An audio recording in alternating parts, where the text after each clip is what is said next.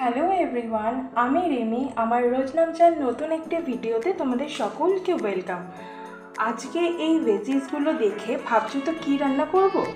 আজকে এখানে কিছু আমি সবজি এখানে মিক্স করে কেটে নিয়েছি। এখানে আছে হচ্ছে আলু, গাজর, বিনস, কড়াইশুঁটি, ক্যাপসিকাম, পেঁয়াজ আর কাঁচা লঙ্কা। এগুলো দিয়ে আজকে বানাবো হচ্ছে পোহা।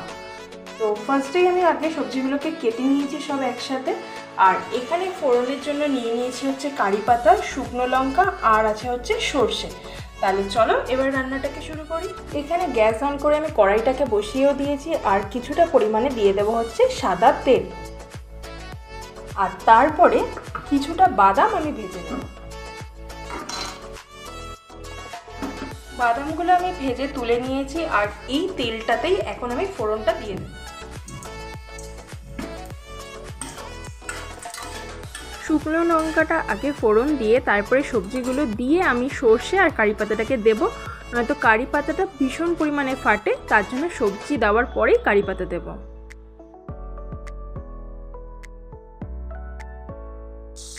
আমি এখানে আমার পছন্দ মতো সবজি দিয়েছি, তোমরা তোমাদের পছন্দ মতো সবজিও এখানে দিতে পারো। আমি যে সবজিগুলো দিয়েছি সেইগুলোই দিতে হবে, তার কোনো মানে নেই।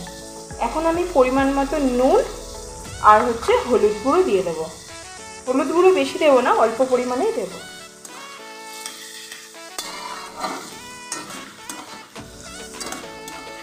সবজিগুলো সিদ্ধ হোক তার জন্য আমি ঢেকে দিয়েছি। আর এই দিকে আমি চিড়েটাকে নিয়ে নিয়েছি। আর বাজারে দু রকমের চিড়ে কিনতে পাওয়া যায়, একটা মোটা একটা পাতলা।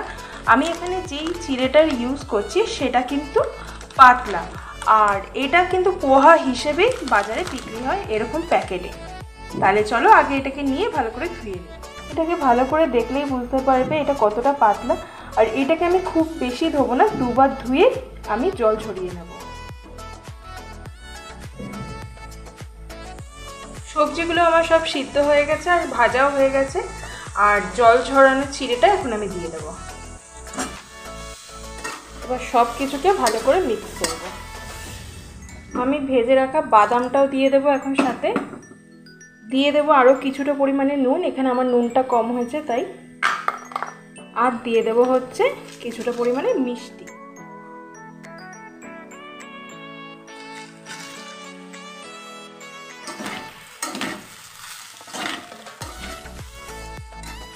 আর দিয়ে দেবো হচ্ছে কিছুটা গরম মশলা গুঁড়ো আর ঘি।